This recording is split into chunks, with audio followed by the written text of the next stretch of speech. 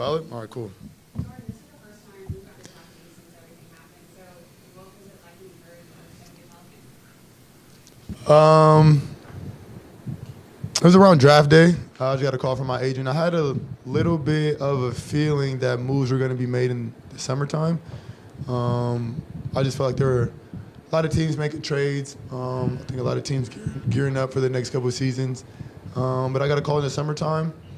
Told me I was going to New Orleans. Talked to Troy Weaver. Talked to Joe Dumars. Not too long after, and just kind of chopped it up. I was with Troy in D.C. a little bit, so very familiar.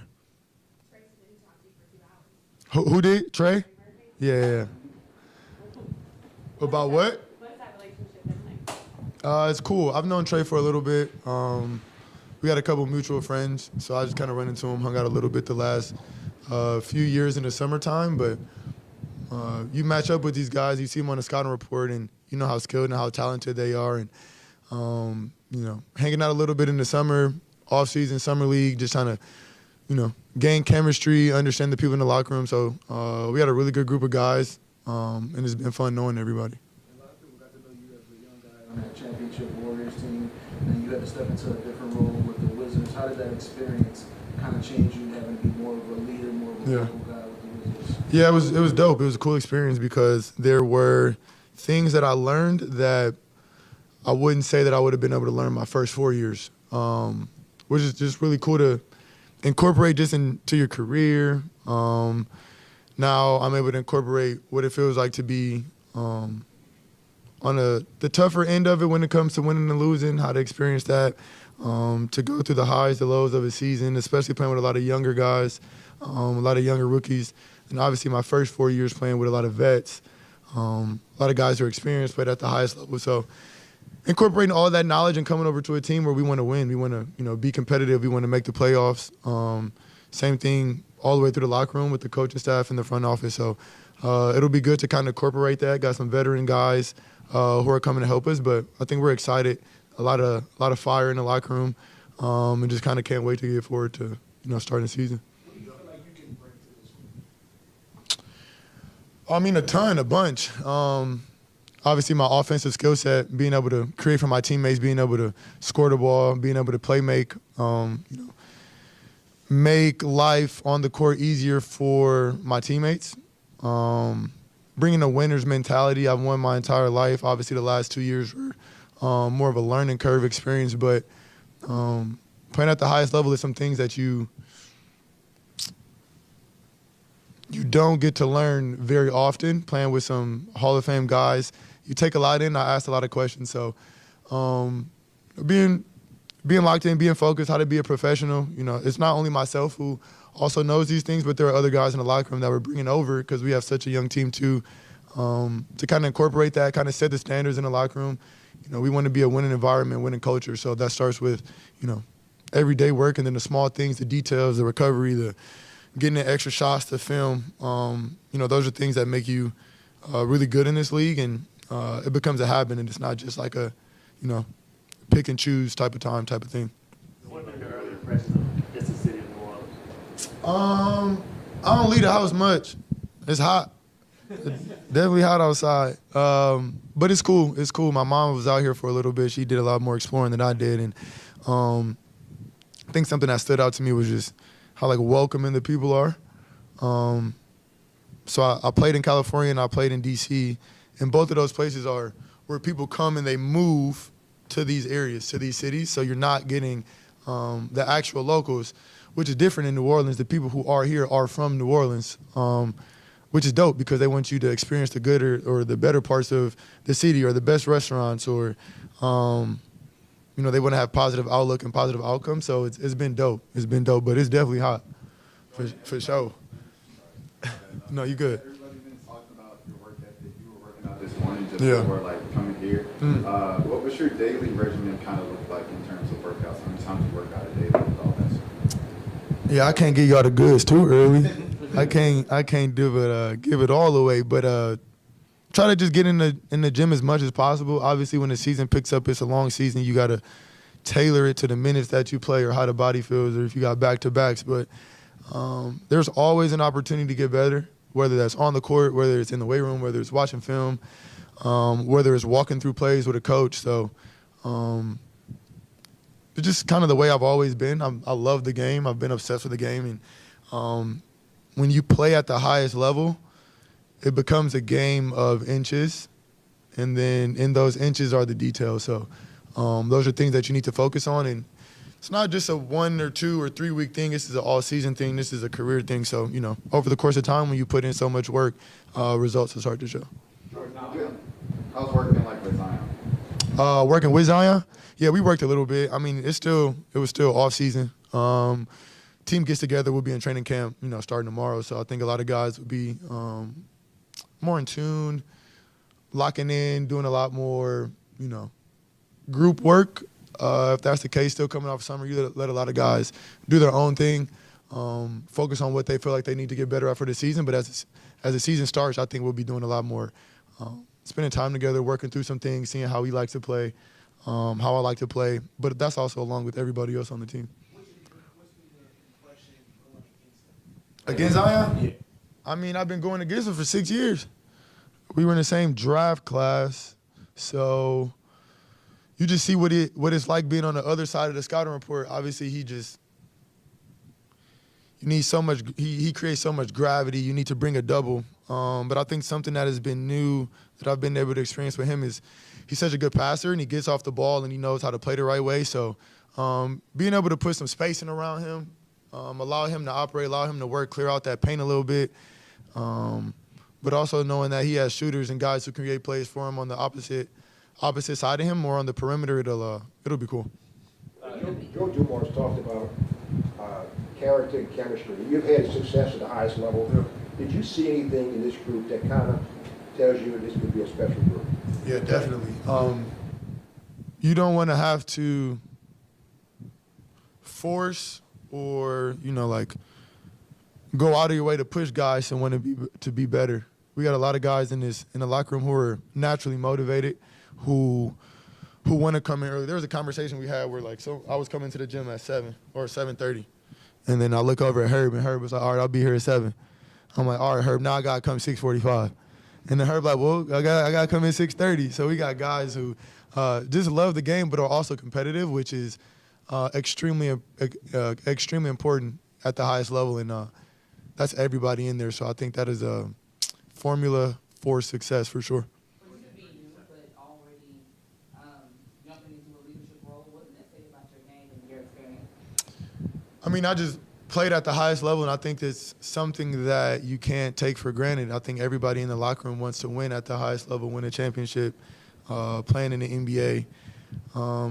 There's a thing that's there's age experience, but then there's NBA experience. When you play 120 games in a season, or you go to the playoffs and you know what it feels like to lose a game 1, and then what you need to do going into game 2, or how important it is to go into 3-game winning streak, to go into a back-to-back on the road against the number 2 team in the league right now. So when you break things down like that, how important it is, especially when we want to win games and be in the playoffs, how important the details are. And if there's any way that I can kind of just share that with the guys, because I know we all want to win. We all want to get to the playoffs. And Loon also, and DeJounte played, in San Antonio with an elite staff, coaching staff. So a lot of it is in the details, and if there's anything that I can do to kind of elevate our team with just some of my experience and the level that I've played at, I'll definitely try to do so.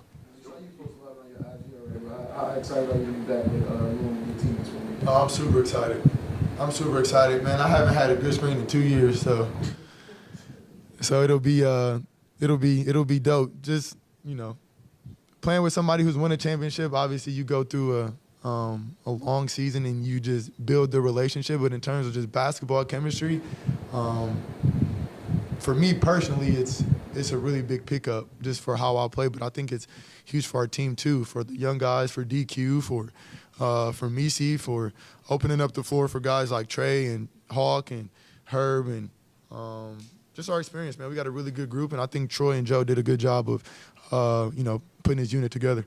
Jordan, can you give some insight into Devon Looney since you've known him for so long and you guys are good friends? Yeah, what you want to know? Just what type of person he is, how, you know, he does his work, his approach, just Yeah. things that you know that we're not privy to? He is probably the most professional person that I've been around my 7 years in the league. Just his approach, how he takes care of his recovery, how he is on time, how he is attentive when it comes to film, how he asks questions, how he's actively trying to, you know, put information on some of the young guys if it'll benefit their learning curve, right? These are things that you don't have to explain. He just naturally wants to give, and you need the foundation. He's extremely mellow, even keel. So through the highs of a season, through the lows of a season, for the younger guys or guys who are struggling, trying to figure it out, you can go to a guy like Loon because he's so grounded and he's so centered that it gives you more of a calming aspect, and he'll talk you through things, and that's what you need, especially in our back line, being our big man, being our center. You want to be comfortable going out there with guys you know you can trust and are locked in on the court and off the court, and he definitely just kind of, you know, visualizes that, and he makes it pretty clear for not only himself but for everybody else around him. You play on and off the ball a lot. Just how comfortable do you feel, at least heading into the season while DeJounte's still rehab and kind of taking on that primary table setting role, so to speak? Yeah, I mean, I've been primary ball handler for pretty much all of my career, except I think for my first year in DC, and that was just the first half of the season.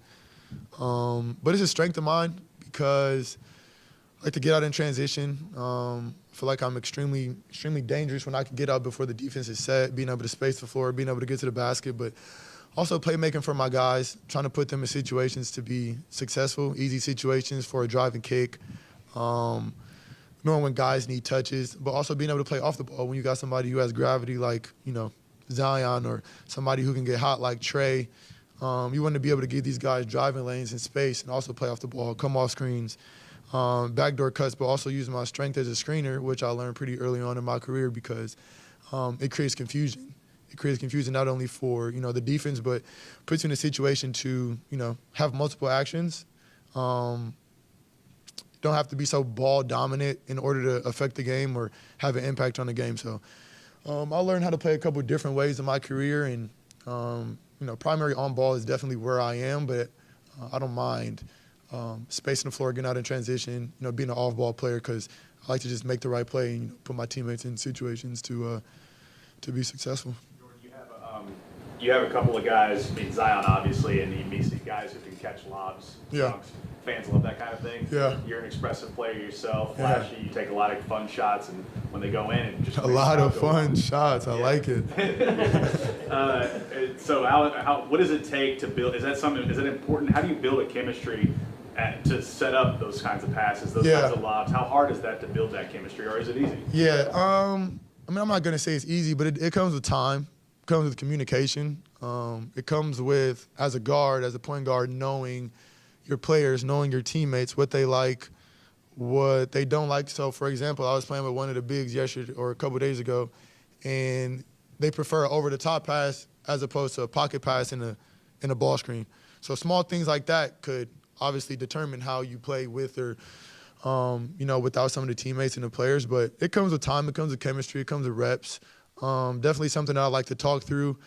But it makes it a lot easier being able to play with a lob threat, knowing that I'm such a shooter. So when we get into these ball screens, if the bigs drop, I mean, obviously I'll let it fly. But then if he comes up, we got guys who can just, you know, go get it out the rim, which will be a little bit new for my career, but exciting to look forward to for sure. Your relationship with Trey, have y'all had any shooting competitions? Only from half court. I'm saving it for training camp, but yeah, everybody want to challenge me to these three-point competitions and stuff. I told them, give me some time, bro. Let practice start a little bit. So I'm sure once we get going, it'll probably be a lot of shooting competitions after practice. Joe talked about conversations he had with you post-acquisition about your excitement level about coming to New Orleans and about how you were already all in. Kind of what excites you the most about your situation here in New Orleans? Just winning, getting to the playoffs. I think once you experience that, once you experience playing at the highest level, it's a feeling that you want to replicate again. And kind of like you mentioned, I'm definitely more of an expressive player, and I like when the crowd is involved because it matters so much. You got 41 games at home, And if you could handle your business at the crib and take care of your home court, it kind of sets you up for success for the backside of the season. And I'm just ready to be invested with the team, invested with the community, with the crowd, bring the right energy, bring positive energy, just have fun hooping again. Last 2 years for me were a bit more challenging. We weren't able to win as much as I'd like, but we're coming into a situation with a new front office where that is the goal, that is the expectation. And with everybody on the same page, it'll just be fun to go out there and compete every night against a really tough Western Conference and try to go win some games. Do you think it would be maybe wrong or unfair for people to view this franchise through the lens of its recent past? Yeah, I mean, if you think about it, it's really recency bias. I feel like that's something that's pretty, like a common denominator, in our society now. There's been a bunch of regime changes too, so it takes time when you get a new front office to lay down the foundation, lay down the groundwork. But I mean, sometimes it works, sometimes it doesn't. So I was a Bucks fan. We just got good. Growing up, we was weak. They got buildings downtown now. Like, they doing a bunch of stuff. So it just take time. Take the right group and take the right, right chemistry, right situation. So I think everybody in the organization, locker room, are going to try their best to expedite that learning curve, that learning process as best as we can, and obviously try to equate it to some wins. Early impressions of fears and the type of play we can do. Yeah, Jeremiah got game for sure. Just, watching him, being on the court with him. He loves the game. He's another Midwest kid. He's from Illinois, which is not too far. So extremely impressed. I mean, my thing for the younger guys is try to get them to ask as many questions as possible throughout the duration of their first year because it's just so new and it's so much that they have to learn. And just asking those questions, whether it's to me, whether it's to coaches, staff, whether it's to the bigs, it'll just make their process a little bit easier. I'm really excited just to get to work with him, just kind of see where his head is, pick his brain a little bit, try to teach him some of the nuances that I wish I could have used as a rookie. So we're in a really good situation. We got a lot of really good young guys too, so I'm definitely looking forward to it. Thanks, JP. Yeah. Thank you. Yep.